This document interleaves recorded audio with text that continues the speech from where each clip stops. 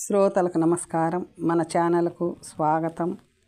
కథ వలపు ఊయల. రచన తాళూరి లక్ష్మి గారు. హలో సూర్యం గారు. సుపరిచితమైన గొంతు వినబడితే తెలిసిన వాళ్ళ పెళ్లి రిసెప్షన్లో ఎవరో పరిచయస్తుడితో మాట్లాడుతున్న సూర్యచంద్ర తల పక్కకి తిప్పి చూశాడు. ఎదురుగా లేత నీలం రంగు చీరలో మెరిసిపోతూ లహరి ముఖాన ఎల్లప్పుడూ ఉండి చెరగని చిరునవ్వుతో, లహరిగారా, మీరేమిటి ఇక్కడ? ఆశ్చర్యపోతూ అడిగాడు సూర్య. నాది అదే ప్రశ్న, చిలిపిగా అంది లహరి. పెళ్లి కొడుకు నా దూరపు బంధువు, జవాబిచ్చాడు సూర్య. ఓహో, మగపెళ్లి వారి తరపువారన్నమాట. అంటే మీరు ఆడపెళ్లి వారి తాలూకానా? అవును, పెళ్లి కూతురు నాకు తెలిసిన వాళ్ళ అమ్మాయి. అలానా, రండి, అలా లాన్లో కూర్చొని మాట్లాడుకుందాం. ఇద్దరు వెళ్ళి పచ్చికలో ఒక ఖాళీ టేబుల్ చూసుకొని కూర్చున్నారు, సర్వర్లు అందిస్తున్న చిరు పలహారాలు తింటూ. ఇలా అనుకోకుండా మూడోసారి కలవడాన్ని ఏమంటారో తెలుసా? సీరియస్గా మొహం పెట్టి అన్నాడు సూర్య. ఏమంటారేమిటి? మొదటిసారి కలవడం అనుకోకుండా, అయితే రెండోసారి కలవడం యాదృచ్ఛికం అని, మూడోసారి కలవడాన్ని కావలసి చేసిందని అంటారు. అంటే నేను కావాలనే కలిశానంటారా? బొంగుమూతి పెట్టి అడిగింది లహరి. అమ్మో, అటువంటిదేమీ లేదు, ఊరికే సరదాగా అన్నాను. మీరు అడగకుండానే దేవుడిచ్చిన వరం లాంటి వారు. అబ్బో, మునగ చెట్టు ఎక్కించకండి. నిజంగా మనస్ఫూర్తిగా అంటున్నాను. ఇక్కడ బాగా తెలిసిన వారెవ్వరూ లేరు. సమయం ఎలా గడపడమా అని మదన పడుతుంటే మీరు ఎడారిలో ఒయాసిస్లాగా కనపడ్డారు. ఇక్కడ అంతే, వాళ్ళలా సరదాగా మాట్లాడుకుంటుంటే 2 గంటలు ఇట్టే గడిచిపోయాయి. వధూవరులిద్దరినీ పలకరించి భోజనం చేసి ఇద్దరు ఇళ్ళకి బయలుదేరారు. బయలుదేరుతుండగా సూర్య అడిగాడు, తిరిగి పునర్దర్శనం ఎప్పుడో? అమ్మో, తిరిగి అనుకోకుండా కలిస్తే దానికేం పేరు పెడతారో ఏమో. ఎందుకైనా మంచిది, ఈసారి ముందే అనుకొని కలుద్దాం. పోనీ ఒక పని చేయకూడదు? ఈ ఆదివారం మా ఇంటికి డిన్నర్కి వచ్చేయండి. నాన్నగారు, అన్నయ్యలు అందరూ ఇంటి పట్టునే ఉంటారు. పరిచయం చేస్తాను. ఆహ్వానాన్ని అందజేసింది లహరి. మీ వాళ్ళేమీ అనుకోరుగా? మీకేమీ అసౌకర్యం కాదుగా? అనుమానం వెళ్ళబుచ్చాడు సూర్య. అటువంటిదేమీ లేదు, మీరు వచ్చేయండి. అందరం కలిసి సరదాగా ఒక సాయంత్రం గడపొచ్చు. అలాగైతే సరే, గుడ్ నైట్. కారు డ్రైవ్ చేసుకుంటూ ఇంటికి వెళ్తుండగా సూర్య మనసులో లహరితో పరిచయానికి దారి తీసిన సంఘటనలు ఒకదాని వెంట ఒకటి తిరగసాగాయి. దాదాపు 3 నెలల క్రితం ఊటీలో ఏర్పాటు చేసిన ఒక ట్రైనింగ్ ప్రోగ్రాంకి సూర్యను పంపించింది. అతను ఫైనాన్స్ మేనేజర్గా పనిచేస్తున్న ఒక బహుళ జాతీయ సంస్థ. ముందు రోజు రాత్రే ప్రోగ్రాం జరుగుతున్న హోటల్ చేరుకున్న సూర్య మరునాటి పొద్దుటే రూమ్లోనే బ్రేక్ఫాస్ట్ చేసి కాన్ఫరెన్స్ హాల్కి చేరుకున్నాడు. నిర్వాహకులు అందజేసిన కోర్సు కాగితాలు చూస్తుంటే అందులో పాల్గొంటున్న వ్యక్తుల వివరాలు కనిపించాయి. అతనితో కలిపి 20 మంది దాకా ఉన్నారు. వారిలో తనదిగాక మరొకరి స్వస్థలం వైజాగ్ అని ఉండడం చూసి వివరాలు పరిశీలించాడు. ఆ వ్యక్తి పేరు లహరి అని ఒక ఐటీ కంపెనీలో మానవ వనరుల మేనేజర్ అని ఉంది. అక్కడ కూర్చున్న 5 అమ్మాయిలలో ఎవరై ఉంటారా అని ఊహించడానికి ప్రయత్నించాడు, కానీ సాధ్యపడలేదు. ఆ తరువాత ప్రోగ్రాం డైరెక్టర్ క్లాస్ మొదలెట్టాక అందరూ తమని తాము పరిచయం చేసుకుంటున్నప్పుడు ఆ అమ్మాయి ఎవరో తెలిసింది. మనిషి చామన ఛాయలో కాంతివంతమైన ముఖవర్చస్సుతో, చిరునవ్వు చిందించి కళ్ళతో చూడగానే నచ్చేలా అందంగా, నాజుగ్గా, ఆకర్షణీయంగా ఉంది. అందరి పరిచయాలు అయిపోయాక టీ బ్రేక్లో కాఫీ తాగుతుండగా లహరి వచ్చి తనను తను పరిచయం చేసుకుంది. మీది కూడా వైజాగేనా అంటూ. ఆ విధంగా మొదలైంది లహరితో సూర్య పరిచయం. ప్రోగ్రాం మొదలయ్యాక క్లాసుని 4 చొప్పున 5 బృందాలుగా విభజించారు. ప్రోగ్రాం జరిగిన 5 రోజులు ఆ 5 బృందాలు తమకిచ్చిన సమస్యలని తమలో తాము చర్చించి పరిష్కారాలు సమర్పించాలి. వాటిలో అన్నిటికన్నా బాగున్న పరిష్కారానికి బహుమతి ఉంటుంది. సూర్య అదృష్టమో ఏమో, అతని బృందంలో లహరి కూడా ఉంది. లహరితో సూర్య సన్నిహితత్వం పెరగడానికి అదెంతో దోహదం చేసింది. బృందంలో మిగతా ఇద్దరు నార్త్ ఇండియన్స్ కావడంతో లహరి సూర్యలు మరింత చేరువవడానికి అవకాశం లభించింది. లహరి మంచి మాటకారి, ఎప్పుడూ నవ్వుతూ చలాకీగా ఉంటుంది. ఎవరితోనైనా ఇట్టే కలిసిపోగల నైపుణ్యం ఆమె స్వంతం. చాలా తెలివైన అమ్మాయి కూడా. ప్రోగ్రాంలో ఇచ్చే సమస్యలకి రకరకాల పరిష్కారాలు సూచించేది. ప్రోగ్రాం చివరలో బహుమతి కూడా సొంతం చేసుకుంది. ఆమె సాంగత్యంలో ప్రోగ్రాం 5 రోజులు ఇట్టే గడిచిపోయాయి. సూర్యకు రోజు క్లాస్ అయిపోగానే సాయంత్రం పూట ఇద్దరూ కలిసి ఊటీలో ఉన్న పర్యాటక ప్రదేశాలన్నీ తిరిగేవారు. ఒకరోజు ఊటీ లైక్లో బోటింగ్, ఇంకో రోజు ట్రైన్ రైడ్, మరో రోజు botanical garden, Kalhatti, waterfalls trip. ఇలా ప్రతిరోజు ఏదో ఒక ప్రదేశానికి వెళ్ళేవారు. ఒకరోజు పొద్దుటే లేచి దొడ్డబెట్ట వెళ్ళారు. ఆకాశంలో మబ్బులు మనుషులని తాకుతున్నట్టుండేవి. ఆ అనుభవమే వేరు. చుట్టూతా లోయల్లో దట్టమైన చెట్లు, చల్లటి గాలులు రివ్వున వీస్తుంటే సూర్యోదయ సమయాన భూతల స్వర్గంలో ఉన్న అనుభూతి. చలికి కొంకర్లు పోతున్న చేతులతో వేడి వేడి ఫిల్టర్ కాఫీ పట్టుకొని తాగుతుంటే అమృతమే తాగుతున్నంత హాయి. చక్కటి అనుభూతులనిచ్చిన ఆ ప్రోగ్రాం ముగియగానే సూర్య, లహరి వైజాగ్ తిరిగొచ్చేశారు. ఎయిర్పోర్టులో ఒకరి నెంబర్లు ఒకరు తీసుకున్నారు. తిరిగి ఎప్పుడైనా కలుద్దామని. అయితే దాదాపు నెల దాకా ఆఫీసు పనులతో తీరిక చిక్కక సూర్యకి లహరితో మాట్లాడడానికి కుదరలేదు. ఆమె జ్ఞాపకాలు వెన్నాడుతూ ఉన్నా ఒకరోజు సూర్య వాళ్ళ అమ్మగారి పుట్టినరోజు సందర్భాన డైమండ్ నెక్లెస్ కొందామని గోల్డ్ షాప్కు వెళ్ళాడు. నెక్లెస్లు చూస్తుండగా వెనక నుంచి హలో అని పిలుపు వినిపిస్తే ఎవరా అని తిరిగి చూశాడు. ఎదురుగా చిరుమందహాసంతో లహరి. నెక్లెస్ మీ శ్రీమతికా? కుతూహలంగా అడిగింది లహరి. నాకింకా పెళ్ళే కాకపోతే భార్య ఎక్కడి నుంచి వస్తుంది?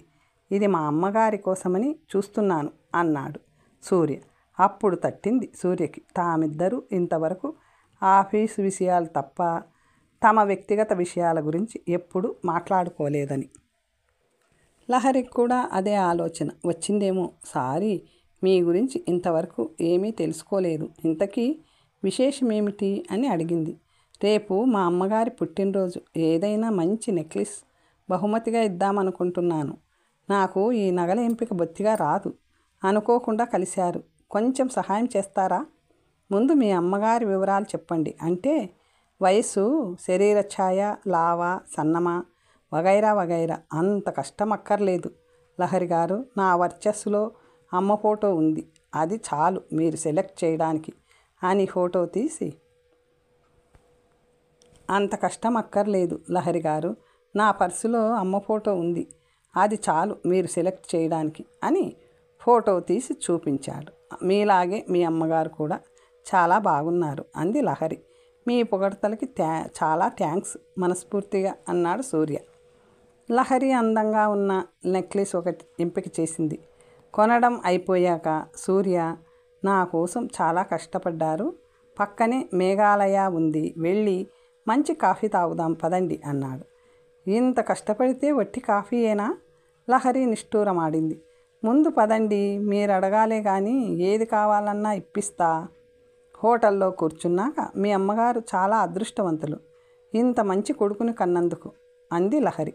అదేమిటి అలా అనేశారు? అవును, ఈ కాలం అబ్బాయిలు ప్రియురాళ్ళు లేదా భార్యల పుట్టినరోజులు గుర్తుపెట్టుకొని బహుమతులిస్తారు. కానీ మీలా కన్నతల్లి జన్మదినం గుర్తుపెట్టుకొని కానుకలు ఇచ్చేవారు ఎందరు? లహరి గారు, మా అమ్మ మా కోసం పడిన కష్టాలు వెలకట్టి తిరిగి ఇవ్వాలంటే 1000 జన్మలెత్తినా సరిపోదు. నేను, మా అక్క ఇందుమతి ఈరోజు ఇంత మంచి స్థితిలో ఉన్నామంటే దానికి ముఖ్య కారణం అమ్మ చేసిన త్యాగాలు. నాన్న మా చిన్నతనంలోనే పోతే నాన్న ఉద్యోగం అమ్మకు లభించింది. అప్పటి నుంచి తను తిని తినక నన్ను, అక్కయ్యని బాగా చదివించి మమ్మల్ని ప్రయోజకుల్ని చేసింది. ఆఫీస్ పనులు, ఇంటి పనులు, మాకు చదువులు చెప్పడం, ఆవిడ పడిన కష్టాలు ఎంత చెప్పినా తక్కువే. ఆవిడ మాకు చేసిన దాని ముందు ఈ చిన్నిపాటి కానుకలు ఏపాటి. భావోద్వేగాలు కుదిపేశాయి సూర్యాని. అతను మామూలు మనిషి కావడానికి 2 క్షణాలు ఆగి తిరిగి అడిగింది లహరి. అక్కయ్య గారు ఏం చేస్తుంటారు అని. మా అక్కకి పెళ్ళైపోయింది. తను బావగారు ఇద్దరు సాఫ్ట్వేర్ ఇంజనీర్లు. ప్రస్తుతం ఇద్దరు ఆస్ట్రేలియాలో పనిచేస్తున్నారు. అలాగా, అంటే మీ అక్కయ్య గారు జీవితంలో స్థిరపడిపోయారన్నమాట. ఇంకా మిమ్మల్ని కూడా ఒక ఇంటివాడిని చేసేస్తే మీ అమ్మగారు కాలు మీద కాలు వేసి కూర్చోవచ్చన్నమాట. అంత తొందరేమీ లేదులేండి. ఇప్పుడిప్పుడే ఉద్యోగంలో స్థిరపడుతున్న వాడిని మరికొంతకాలం ఇలానే గడపాలని అనుకుంటున్నాను. ఏం, ఎవరైనా మనసులో ఉన్నారా? ఇప్పటిదాకా అలాంటిదేమీ లేదు. భవిష్యత్తు గురించి అయితే చెప్పలేను. ఇద్దరు మరికొంతసేపు పిచ్చాపాటి మాట్లాడుకొని టిఫిన్ కాఫీలు కానిచ్చి బయటకొచ్చారు. బయలుదేరే ముందు సూర్య, లహరి గారు రేపు సాయంత్రం మీరు మా ఇంటికి రండి. అమ్మ పుట్టినరోజు సంతోషంగా జరుపుకోవచ్చు అన్నాడు. తప్పకుండా వస్తాను, ఠక్కున ఒప్పుకుంది లహరి. అన్నట్లే మరునాడు సాయంత్రం టంచెనుగా అనుకున్న సమయానికి కొద్దిగా ముందే వచ్చింది లహరి. వచ్చి రాగానే ఆంటీ ఆంటీ అంటూ సూర్య వాళ్ళ అమ్మగారిని అతుక్కుపోయి ఆవిడికి వంట చేయడంలో సహాయం చేయడంతో పాటు ఆవిడని కొత్త చీరలో అందంగా ముస్తాబు చేసి తను తెచ్చిన కేకు కోయించి నానా హడావిడి చేసింది. ఉన్నది ముగ్గురే అయినా 10 మంది పెట్టు హంగామా చేసి ఆవిడ పుట్టినరోజు వేడుక ఎంతో ఆనందంగా జరిగేటట్టు చేసింది. భోజనాలయ్యాక లహరిని సాగనంపుతూ అన్నాడు సూర్య. థ్యాంక్స్ లహరి గారు, మేమెప్పుడు ఇంత సంతోషంగా పుట్టినరోజు వేడుక జరుపుకోలేదు. అమ్మ మొహంలో ఈరోజు నేను చూసిన ఆనందం, సంతృప్తి నా జన్మలో మర్చిపోలేను. వెనుక నుంచి ఏదో కారు హారన్ వినబడితే ఉలిక్కిపడి ఈ లోకంలోకి వచ్చాడు సూర్య. తీపి జ్ఞాపకాలు గుర్తొస్తుంటే మనసంతా హాయిగా అనిపించింది. వాళ్ళ అమ్మగారి పుట్టినరోజు తరువాత లహరిని కలవడం తిరిగి ఈరోజే. లహరిని మళ్ళీ కలవడానికి ఆదివారం ఎప్పుడెప్పుడు వస్తుందా అని ఎదురు చూడసాగాడు. ఎంతో ఆసక్తిగా ఎదురు చూస్తున్న ఆ ఆదివారం రానే వచ్చింది. సూర్య సాయంత్రం 7 గంటల కల్లా సిరిపురంలో ఉన్న లహరి వాళ్ళ ఇల్లు చేరుకున్నాడు. 1/2 ఎకరంలో ఉన్న 3 అంతస్తుల భవనం అది. ముందర పెద్ద పోర్టికో, అందులో 4 కార్లు ఉన్నాయి. పక్కనే ఒక లాను, దానిలో ఒక తూగుటుయ్యల. ప్రహరీ గోడ చుట్టూ 6 డజన్ దాకా కొబ్బరి చెట్లు, 2 మామిడి చెట్లు ఉన్నాయి. సూర్య కారు ఆపి గేటు దగ్గరకు రాగానే వాచ్మెన్ గేటు తీసి సూర్యగారా అని అడిగాడు. అవుననగానే లహరమ్మ గారు చెప్పారు మీరొస్తారని, రండి అంటూ ఇంటి లోపలి డ్రాయింగ్ రూమ్లోకి తీసుకెళ్ళాడు. సూర్య సోఫాలో కూర్చున్న 2 నిమిషాలకే లహరి వచ్చేసింది. హలో సూర్యంగారు అంటూ మల్లెపువ్వు లాంటి తెల్లటి బెంగాల్ కాటన్ చీర కట్టుకొని ఎంతో హుందాగా కడిగిన ముత్యంలా ఉంది ఆమె.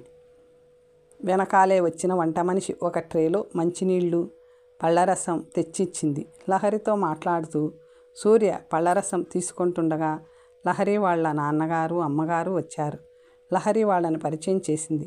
మా నాన్నగారు ప్రభాకర్ గారు రిటైర్డ్ IAS ఆఫీసర్, మా అమ్మ అరుంధతి అంటూ మరికొద్దిసేపట్లో పై అంతస్తులో ఉన్న లహరి 2 అన్నయ్యలు వదినలు కూడా వచ్చి కలిశారు. లహరి వాళ్ళని కూడా పరిచయం చేసింది. మా పెద్దన్నయ్య తేజ మా తాతగారు స్థాపించిన ఫార్మా కంపెనీని నడుపుతున్నాడు. చిన్నన్నయ్య డాక్టర్ సిద్ధార్థ్ స్టేట్స్లో కార్డియాక్ సర్జన్గా పనిచేస్తున్నాడు. సెలవు మీద ఇక్కడికి వచ్చాడు. పరస్పర పరిచయాలు అవగానే అందరూ మాటల్లో పడిపోయారు. లహరిలానే అన్నయ్యలిద్దరూ బాగా కలుపుగోలు మనుషులు.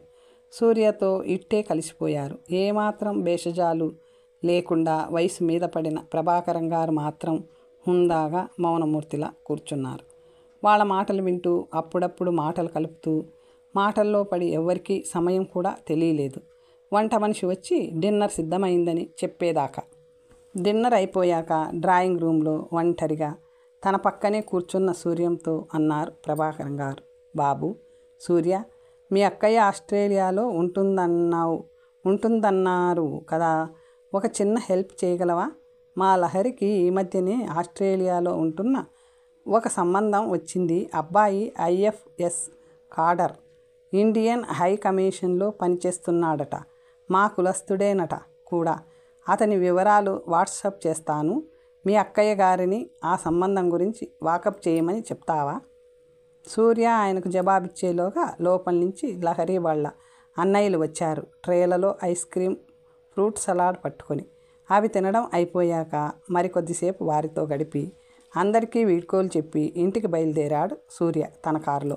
సాయంత్రం అంతా సరదాగా గడిచినా కూడా సూర్య మనసులో ఎక్కడో ఏదో మూల ముళ్ళు గుచ్చుకున్నట్టుగా ఉంది. వేపకాయ తిన్నట్టు నోరంతా చేదుగా ఉంది. అందని ద్రాక్షపళ్ళ కోసం ఆరులు చాస్తున్నానా అని పదే పదే అనుకున్నాడు. మరునాడు పొద్దుట లేవగానే హాల్లో నుంచి ఏవో సుపరిచిత కంఠస్వరాలు వినబడితే ఎవరొచ్చారా అని పడగదిలో నుంచి హాల్లోకొచ్చి చూశాడు సూర్య. ఎదురుగా అక్కయ్య ఇందుమతి, బావగారు చక్రధర్ కాఫీ తాగుతూ అమ్మతో మాట్లాడుతున్నారు. వాళ్ళనక్కడ చూసి ఆశ్చర్యపోయాడు. అడిగితే మీ ఇద్దరిని ఆశ్చర్యపరుద్దామని ఇలా చెప్పకుండా వచ్చేశాం. మీ బావగారికి ఇక్కడ 10 రోజులు ఆఫీసు పని పడింది. ఇదే మంచి అవకాశం అని నేను సెలవు పెట్టి వచ్చేశాను. అక్కయ్య బావగారు రావడంతో ఇల్లంతా సందడి మొదలైంది. సూర్యని రాత్రి ఆవరించుకున్న శూన్యత మటుమాయమైంది. ఇందుమతి సూర్యతో ఈరోజు ఆఫీస్కు సెలవు పెట్టేయి, హాయిగా కబుర్లు చెప్పుకుందాం అంటే సూర్య ఇంట్లోనే ఉండిపోయాడు. బావగారు బ్రేక్ఫాస్ట్ చేసి ఆఫీస్ పని మీద బయటకు వెళ్ళిపోయారు. సూర్య, ఇందుమతి వాళ్ళ అమ్మగారు హాల్లో యోగక్షేమాలు మాట్లాడుకుంటూ కూర్చున్నారు. కొద్దిసేపు అయ్యాక వాళ్ళమ్మగారు, మీరిద్దరూ మాట్లాడుకుంటూ ఉండండిరా, నేనొక కునుకేసి వస్తాను అని పడగదిలోకి వెళ్ళిపోయింది. సూర్య, ఇందుమతి ఏవో మాటల్లో పడ్డారు. మాటల మధ్యలో ఇందుమతి అడిగింది, ఏరా సూర్య, పెళ్లి గురించి ఏమైనా ఆలోచించావా? అమ్మ కూడా పెద్దదవుతుంది, ఇంకా ఏం ఆలోచించలేదక్కయ్యా అన్నాడు సూర్య. అంతేనా, లేక మనసులో ఎవరైనా ఉన్నారా ప్రశ్నించింది ఇందుమతి. ఛా, అలాంటిదేమీ లేదక్క అన్నాడు సూర్య. మనసులో ఎక్కడో లహరి ముఖం దోబూచులాడుతున్నా. అమ్మ ఈ మధ్య ఫోన్ చేసినప్పుడు చెప్పింది, నీ ఫ్రెండ్ ఎవరో లహరట మన ఇంటికి వచ్చిందట కదా. ఆ అమ్మాయి చాలా కలుపుగోలు మనిషిని, తనకి ఎంతో బాగా నచ్చిందని చెప్పింది. ఆ అమ్మాయి కూడా నువ్వంటే ఇష్టపడుతున్నట్టు అనిపించిందని చెప్పింది. ఎవరా అమ్మాయి? లహరి తనకెలాగా పరిచయమైందో చెప్పాడు సూర్య. ఇందుమతి అడిగింది, ఆ అమ్మాయి గురించి నీ అభిప్రాయం ఏమిటి అని. లహరికేం, చక్కటి అమ్మాయి, ఎవరికైనా ఇట్టే నచ్చుతుంది అన్నాడు సూర్య. మరైతే ఆ అమ్మాయిని నువ్వే పెళ్లి చేసుకోవచ్చుగా ఇందుమతి అడిగింది. వాళ్ళ అంతస్తు వేరు, మన అంతస్తు వేరు. వాళ్ళు ఎన్నో తరాలుగా సంపన్న కుటుంబీకులు, మనం సామాన్య మధ్యతరగతి వాళ్ళం. దేవుడి దయ వల్ల ఇప్పుడిప్పుడే పైకి వస్తున్న వాళ్ళం. వాళ్ళకి మనకి పొసగదనుకుంటున్నాను. పైగా లహరి నాన్నగారు లహరికి వాళ్ళ అంతస్తుకి తగ్గట్టుగా గొప్ప గొప్ప సంబంధాలు చూస్తున్నారు. అంతేకాదు ఆయనకు కులపట్టింపు కూడా ఉన్నట్టు అనిపించింది. అదటుంచు, నువ్వెప్పుడైనా లహరి మనస్సు తెలుసుకోవడానికి ప్రయత్నించావా? లేదక్క, అంత సాహసించలేదు. తను కాదంటే ఒక మంచి స్నేహితురాల్ని పోగొట్టుకుంటానేమోనని భయం. లహరితో మాట్లాడుతున్నప్పుడు కాలం ఎలా గడిచిపోతుందో కూడా తెలీదు. అంత మంచి మిత్రురాల్ని ఏ పరిస్థితుల్లోనూ పోగొట్టుకోకూడదు అనిపించింది. సరేరా, నీ ఆవేదనను అర్థం చేసుకోగలను. పోని ఒకసారి లహరిని పరిచయం చేస్తావా? ఈ సాయంత్రమే లహరిని పరిచయం చేస్తాను. బావగారు రాగానే ముగ్గురం కలిసి ఎక్కడికైనా డిన్నర్కి వెళ్దాం. లహరికి కూడా అక్కడికి రమ్మంటాను. సారీ సూర్యంగారు, సరిగ్గా బయలుదేరుతున్న సమయంలో వాసుదేవుడు పిలిచాడు, అందువల్ల రావడం కొంచెం లేట్ అయింది. బాదరాగా వచ్చినట్టుంది ఆయాసపడుతూ అంది లహరి. సూర్య ఎదురుగా కూర్చున్న అక్క బావగారులను చూస్తూ, మీరు ఇందుమతి గారు, మీరు మిస్టర్ ఇందుమతి గారు అవునా అని గలగలా నవ్వేసింది. సారీ, మీ పేరు తెలియదు కదా, అందుకని అలా అనేశాను అంది చక్రధర్తో. ఇందుమతి ఆ అమ్మాయిని మురిపెంగా చూస్తూ, బాగా అల్లరి పిల్లలా ఉన్నావు అంది. అంతే కదక్క, ఇంట్లో అందరికన్నా చిన్నదాన్ని, అందుకే అల్లరి కదా. బాగా వంటబట్టింది ఇందుమతితో సంబంధం కూడా కలిపేస్తూ అంది లహరి. రామకృష్ణ బీచ్ దగ్గర ఒక రెస్టారెంట్లో కూర్చున్నారు వాళ్ళు. ఎదురుగా అలల ఉధృతి, దూరంగా లంగరేసిన ఓడలు. ఇందుమతి సూర్యంతో అంది, నువ్వు బావగారు మాట్లాడుకుంటూ కూర్చోండిరా, నేను లహరి అలా ఇసుకలో ఒక చుట్టు చుట్టి వస్తాం. ఇసుకలో నడిచి చాలా రోజులయ్యింది అన్నది. ఇందుమతి లహరి కొద్దిసేపు ఇసుకలో నడిచాక లహరి అడిగింది, ఏమైనా చెప్పాలా అక్క? ఆ అమ్మాయి సూక్ష్మబుద్ధికి చతురాలైంది ఇందుమతి. అంత చురుకైన అమ్మాయితో దాగుడు మూతలు అనవసరమని సూటిగా అడిగేసింది లహరి. మా సూర్య గురించి నీ అభిప్రాయం ఏమిటి? సూర్యనా? ఒక్క మాటలో చెప్పాలంటే చాలా చాలా మంచివారు. మంచివాడా కాదా అని కాదు, వాడితో జీవితం పంచుకోవడం గురించి నీ అభిప్రాయం ఏమిటని. ఆయన తెలుసుకోమని పంపించారా? వాడికేమీ తెలియదు, నేనే అడుగుతున్నాను అన్నది. ఇంత సూటిగా అడుగుతున్నారు కనుక నేను సూటిగానే చెప్పేస్తాను. ఆయన ఎప్పుడు పెళ్లి ప్రతిపాదన తెస్తారా అని నేను ఎన్నో రోజుల నుంచి ఎదురు చూస్తున్నాను. నాకు తెలిసి ఆ రోజు ఎప్పటికీ రాదనుకుంటాను. వాడికెన్నో అనుమానాలు, అపోహలు, తనకు తాను వేసుకున్న సంకెళ్ల నుంచి వాడంతట వాడు బయటపడలేడు. అంటే వాడి మొదటి అనుమానం మన కుటుంబాల మధ్యనున్న అంతస్తుల తారతమ్యం మీ పెద్దలు ఈ పెళ్లికి అంగీకారం తెలపడానికి అడ్డుపడుతుందని. మనసులు కలిసినప్పుడు అంతస్తులు తారతమ్యం అడ్డుగోడ ఎలాగా అవుతుందక్క? నేను సూర్యని మనస్ఫూర్తిగా ఇష్టపడ్డాను. అతనితో జీవితాంతం సుఖపడగలనన్న నమ్మకం ఉంది. ఇద్దరి జీవితాలు ముడిపడడానికి ఇంతకన్నా కావలసినదేముందక్క? సూర్య రెండో అనుమానం మన కుల తారతమ్యాలు. మీ నాన్నగారు కులాంతర వివాహానికి ఏమాత్రం ఒప్పుకోరనే సందేహం. అందుకే తన ప్రేమని బహిర్గతం చేయడానికి జంకుతున్నాడు. పొరపాటున ఆ ప్రేమ విఫలమైతే ఒక మంచి స్నేహితురాలిని పోగొట్టుకోవలసి వస్తుందని. మా కుటుంబం మరీ అంత సంకుచిత మనస్తత్వంది కాదక్క.